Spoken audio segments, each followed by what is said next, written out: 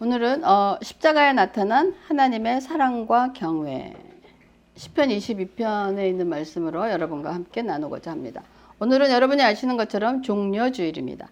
예수님이 십자가에 돌아가시기 위해서 예루살렘에 입성하신 날을 기념하는 주일입니다.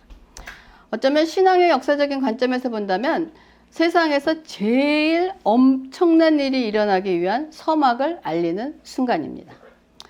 창세전에 우리들을 그리스도 안에서 택하시고 거룩하고 흠도 없는 자녀로 삼으시기 위하여 하나님의 아들의 피로 속죄함을 받게 하신 일이 이 땅에서 이루어지는 날에 서막을 알리는 것입니다. 여러분 상상이 되십니까? 얼마나 이것이 엄청난 일인지.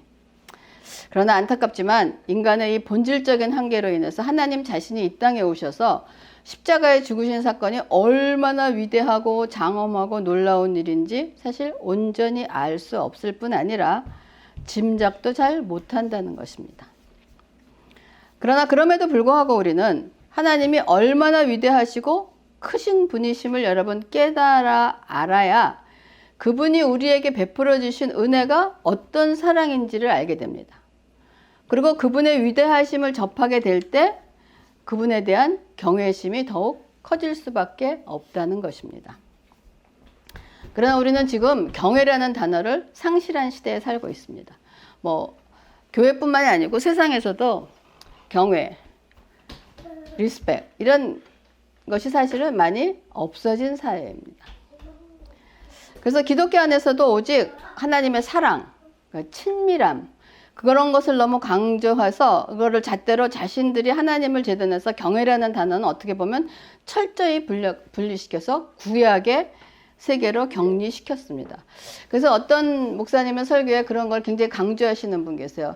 예수 나의 참 친구, 예수님이 이제는 내가 너희를 종이라 하지 아니하고 내가 너희를 친구라 하겠다, 친구라 부르겠다라고 말씀하신 게 있어서 예수님은 우리의 친구라라고 얘기를 하는데 그거에 대해서 굉장히 극히 자제를 하는 목사님 설교도 있습니다. 저는 조금 동의를 합니다. 왜냐하면 예수님이 그렇게 말씀하신 거는 그 친구라는 거 그만큼 가까운 어떤 표현하신 거지 정말 예수님이 나의 친구격으로 대하는 어떤 그런 격으로 대하면 안 된다는 것입니다. 그러니까 하나님이 누구신지 정확하게 알지 못하는 성도들에게 친구의 개념을 넣어주지 말라고 말씀하시는 그 목사님의 설교가 전 타당성이 있다라는 그런 생각을 하기도 합니다. 그래서 결국 많은 그리스도인들은 경외함에 담겨있는 이 단순한 두려움 이상을 넘어서는 크고 풍성한 의미를 누리지 못하는 사실 그런 아픔을 겪고 있다는 것입니다. 여러분 우리 신앙은 두 날개가 필요합니다. 한쪽만의 날개나 혹은 균형 잡히지 않은 두 날개는 제대로 나를 수가 없습니다. 그래서 이 신앙의 두 날개의 이름은 한쪽은 사랑이고 한쪽은 경외입니다. 그래서 사랑과 경외가 균형을 잡고 우리 몸을 잡고 있어야지 독수리처럼 우리가 날아오를 수 있다는 것입니다. 그러므로 오늘은 예수님께서 하나님을 얼마나 사랑하셨고 동시에 하나님을 얼마나 경외하셨는가를 여러분 저와 묵상하시면서 우리도 예수님을 따르는 올바른 신앙인이 되기를 다짐하는 시간이 되기를 바랍니다. 그래서 오늘은 종려주일을 기억하면서 예수님께서 십자가에서 하신 7가지 말씀을 우리가 가상칠언이라고 그래요. 십자가에 달려서 7가지의 말씀을 하셨다는 말씀을 중심으로 사랑과 경외심을 알아보겠습니다. 근데 먼저 십자가에 달리시기 전에 예수님은 마태복음, 마가복음, 누가복음에 똑같이 나와 있는데 마태복음 26장 40 다시 두 번째 나아가 기도하여 이르시되 내 아버지여 만일 내가 마시지 않고는 이 잔이 내게서 지나갈 수 없거든 아버지의 원대로 되기를 원하나이다. 마가복음에는 이르시되 아빠 아버지여 아버지께는 모든 것이 가능하오니 이 잔을 내게서 옮기시옵소서. 그러나 나의 원대로 마옵시고 아버지의 원대로 하옵소서. 누가복음 22장에는 이르시되 아버지여 만일 아버지의 뜻이거든 이 잔을 내게서 옮기시옵소서. 그러나 내 원대로 마옵시고 아버지의 원대로 되기를 원하나이다. 이 말씀은 공강복음에 다 기록된 말씀으로 예수님이 잡히시기 전 겟세마네에서 하신 기도입니다. 주님은 마태복음에는 내가 마시지 않고는 이 잔이 내게서 지나갈 수 없거든 이라고 극히 강한 부정을 사용하시면서 잔이 지나가기를 간구하시는 것입니다. 또 마가복음에는 아버지는 모든 것을 할 수 있으니 아버지께서 마음만 먹으신다면 모든 일이 가능하니 이 잔을 마시는 것을 막아달라고 간구하는 것입니다. 누가복음에도 아버지의 뜻이면 이 잔을 옮겨달라는 간구하심입니다. 이 내용은 모두 하나님의 사랑에 호소하는 모습입니다. 하나님은 우리를 사랑하시기에 이러한 힘들고 어려운 일은 사랑으로 덮으시고 지나가게 해주세요 라고 간구하는 것입니다. 여러분, 어느 아버지가 자식이 죽게 된 거에서 구해달라고 하는데 그것을 외면할 아버지가 어디 있겠습니까? 사랑하는데 말입니다. 그러나 예수님은 이 사랑에 대한 호소만으로 끝내지 않고 뒤에 공관복음 뒤에 똑같이 언급한 기도의 내용이 있습니다. 그것이 뭐냐? 그러나 내 뜻대로 마시고 아버지의 뜻대로 해주세요라는 그런 말입니다. 우리들도 우리 기도에 이 말씀을 진심으로 더하고 있지 않습니까? 우리의 기도를 하고 나서 내 뜻대로 마시고 아버지의 뜻대로 이루어지기를 원합니다. 이 말의 의미는 저는 이렇게 풀어봤습니다. 네, 아버지가 저를 사랑하시는 것도 알고 있습니다. 아버지가 하시고자 하시면 이 모든 것에서 벗어날 수 있다는 것도 내가 알고 있습니다. 그러나 아버지는 사랑만 가지고 저를 사랑하는 것이 아니라 공의로도 사랑하시는 것을 알고 있습니다. 아버지의 뜻이 사랑만으로는 이 일을 해결할 수 없다는 것을 알고 있으니 아버지의 뜻을 따르겠습니다. 라는 그 뜻으로 저는 풀어보고 싶습니다. 이것이 하나님에 대한 사랑과 경외심을 잘 보여준 예수님의 모습입니다. 내 뜻이 아니라 아버지의 뜻을 따르는 것이 경외함입니다. 아버지의 위치에서 충분히 아버지로서 존경받게 하는 것이 경외심이라는 것입니다. 그래서 이 말씀을 통해서 시작하시면서 그리고 가상칠언 십자가에서 남기신 7가지 말씀을 통해서 알아봅니다.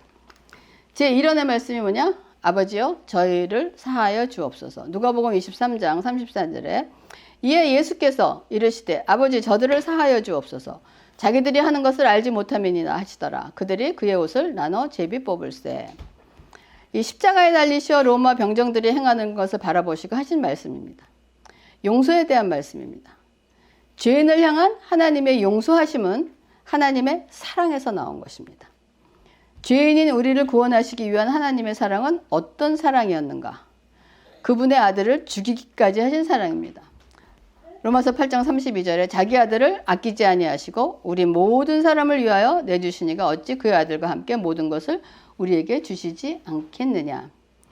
하나님은 죄를 끔찍이도 싫어하시는 분입니다. 그런데 그 죄를 가진 우리들을 살리기 위해서 스스로 죄인의 모습으로 이 땅에 오셔서 죽으심으로 죄의 값을 대신 치러 주신 것입니다. 그리고 이러한 하나님의 사랑이 우리를 죄를 용서받을 수 있는 십자가 앞으로 이끌어낸 것입니다. 그리고 두 번째 말씀은 내가 진실로 내게 이르노니 오늘 내가 나와 함께 낙원에 있으리라. 누가복음 23장 43절에 있는 말씀입니다. 이 말씀은 예수님의 십자가 좌우에 달려있던 강도들 중에 한 강도를 향하여 하신 말씀입니다. 한 강도는 예수님을 향해서 네가 그리스도 아니냐? 그러니 너와 나를 구원하라 하고 조롱을 하자 다른 한쪽의 강도가 그 사람을 꾸짖어서 하는 말입니다. 어떻게 되어 있냐면 내가 저분과 동일한 정죄를 받고서도 하나님을 두려워하지 않느냐? 우리는 우리가 행한 일에 합당한 죄를 받는 것이 당연하지만 이 사람이 행한 것은 옳지 않은 것이 없다라고 말한 다음에 예수님을 향해서 예수여 당신의 나라에 임하실 때 나를 기억해 주세요라고 신앙 고백을 한 것입니다. 이 강도는 하나님을 두렵다고 말을 하고 있습니다. 감히 우리 같은 죄인이 죄가 없으신 하나님과 동일한 제목으로 골고다 언덕에 달려 있다는 것이 지금 이 강도는 너무나 두렵다라고 말을 하고 있습니다.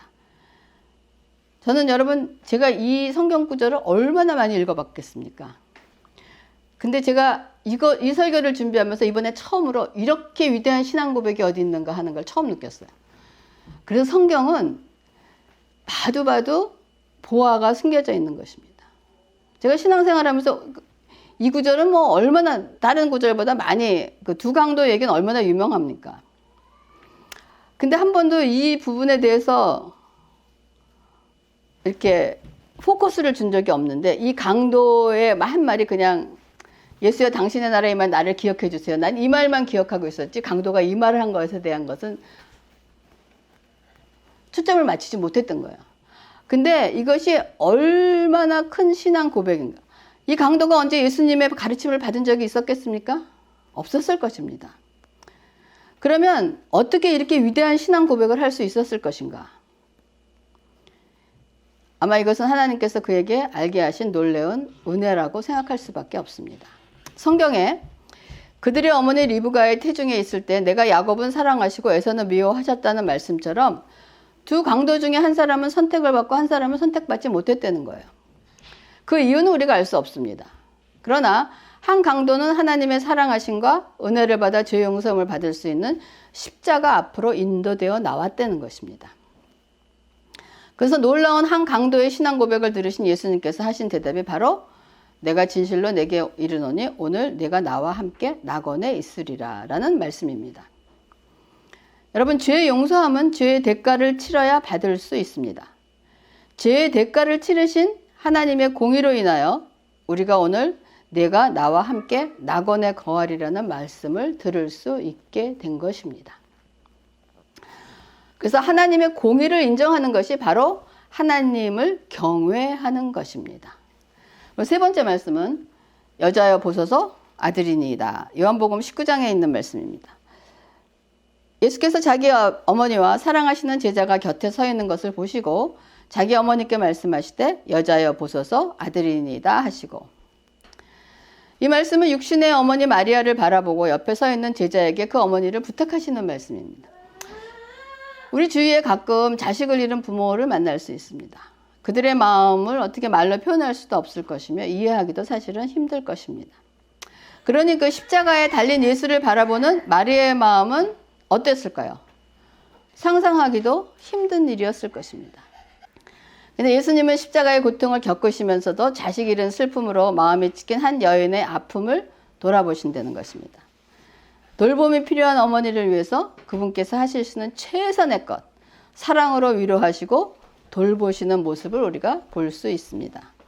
그래서 어느 작은 것 하나라도 놓치지 않으시는 하나님의 섬세한 사랑이십니다. 그래서 우리 찬양 있잖아요. 나의 작은 신음에도 응답하시는 하나님이라고. 이렇게 세밀하신 분이라는. 네 번째 말씀.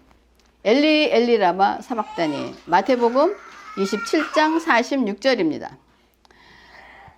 제9시쯤에 예수께서 크게 소리질러 이르시되 엘리 엘리 라마 사박다니 하시니 이는 곧 나의 하나님 어찌하여 나를 버리셨나이까 하는 뜻이라. 이게 시편 22편 1절에도 있습니다. 내 하나님이여 내 하나님이여 어찌 나를 버리셨나이까. 어찌 나를 멀리하여 돕지 아니하시며 내 신음소리를 듣지 아니하시나이까. 아까 나의 작은 신음에도 응답하시는데 지금 나의 신음에도 듣지 않으신다는 거예요. 이 말씀은 이미 시편에 언급된 말씀으로 예수께서 예언의 말씀을 성취하시는 그러한 순간입니다.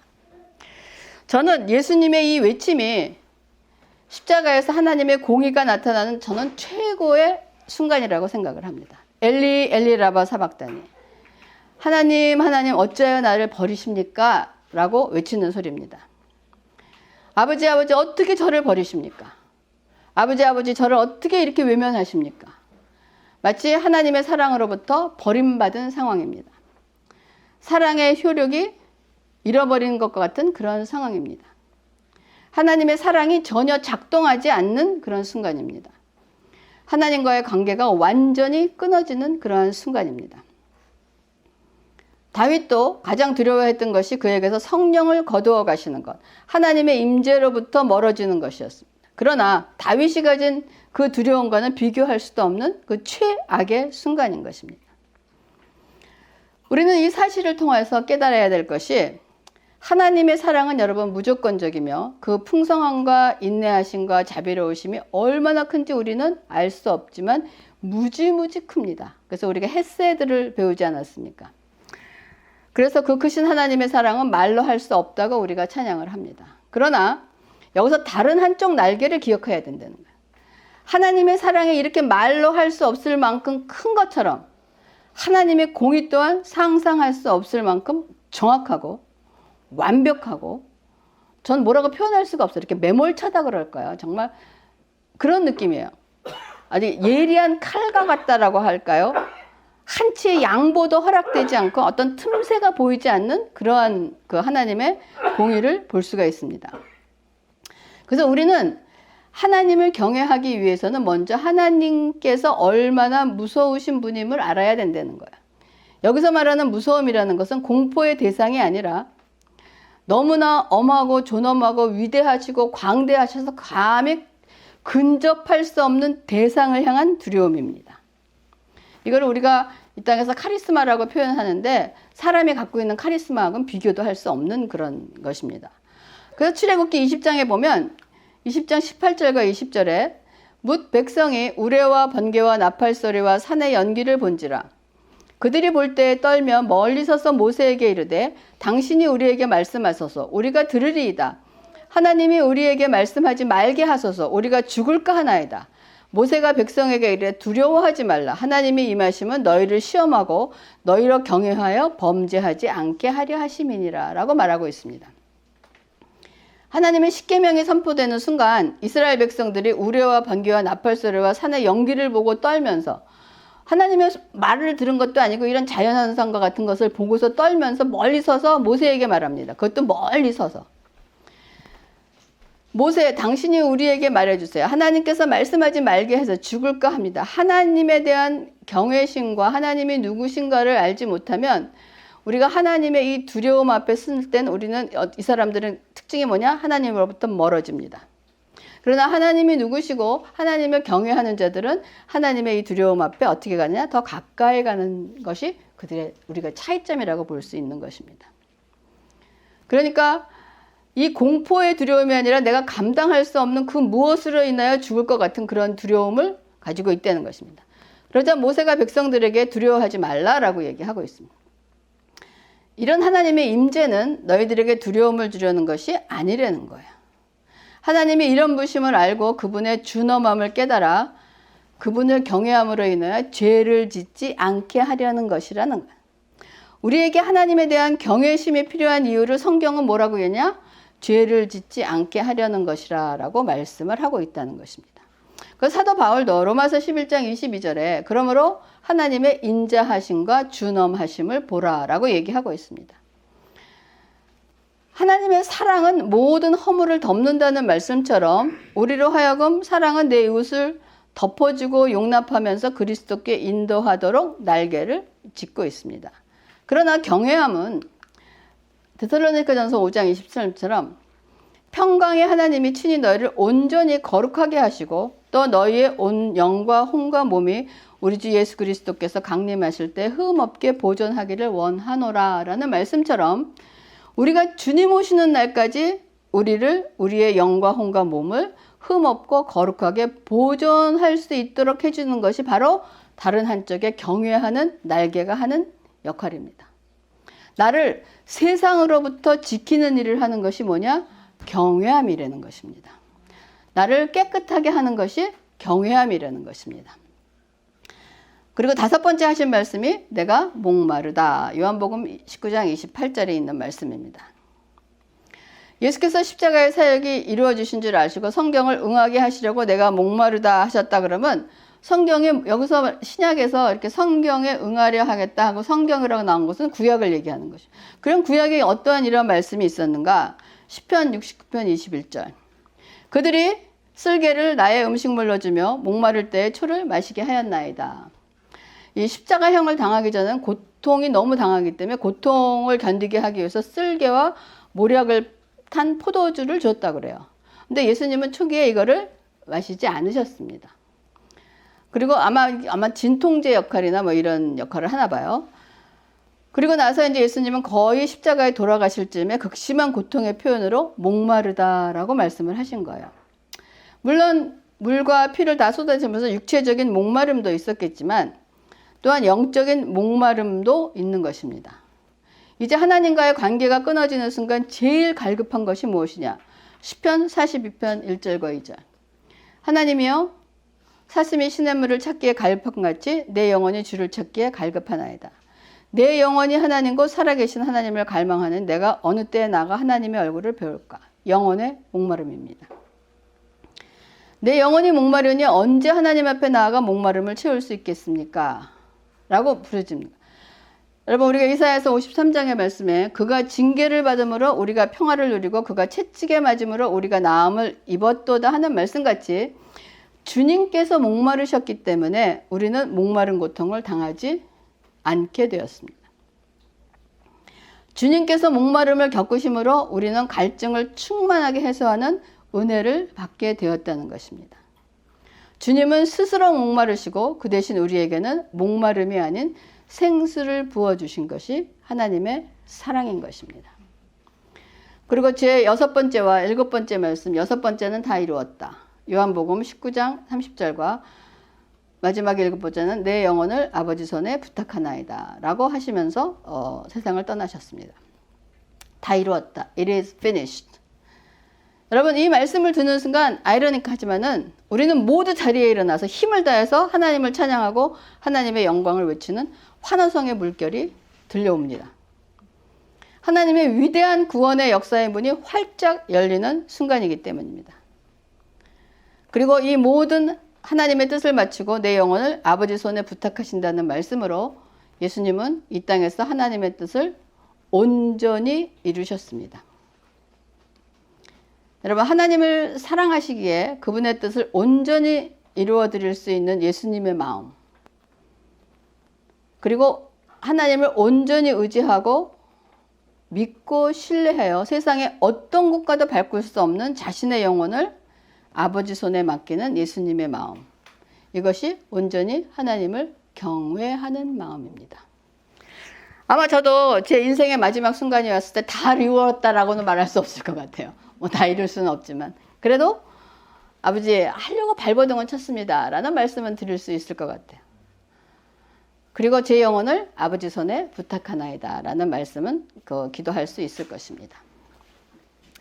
여러분, 마무리하겠습니다. 물론 예수님의 7가지 말씀을 칼같이 이것은 사랑이다, 이것은 공의다 라고 나누는 것이 목적도 아니고, 또 보는 관점에 따라 사랑도 되고 경외함도 될 수 있겠지만, 현재 살아가는 그리스도인들에게 필요한 것이 사랑만큼 하나님을 경외하는 신앙이 절실히 필요한 것을 강조하고 싶은 마음에서 제가 이 말씀을 여러분에게 전하는 것입니다. 우리가 자신 있게 하나님께 나아갈 수 있는 것은 다 하나님의 사랑 때문입니다.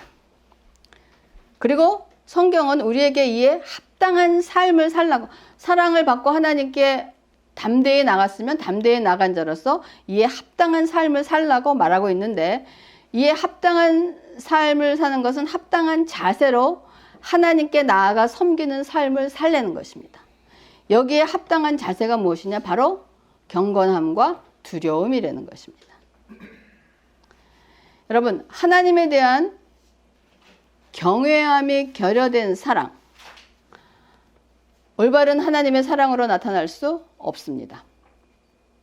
이 사랑은 방종이 될 수 있고 자기중심적으로 우상화된 신앙이 될 수 있습니다. 그래서 많은 기독교인들이 왜 우상을 섬기는 기독교인이 되어버렸는가? 여러분, 이거는 심각하게 우리가 생각해 봐야 될 일인 것입니다.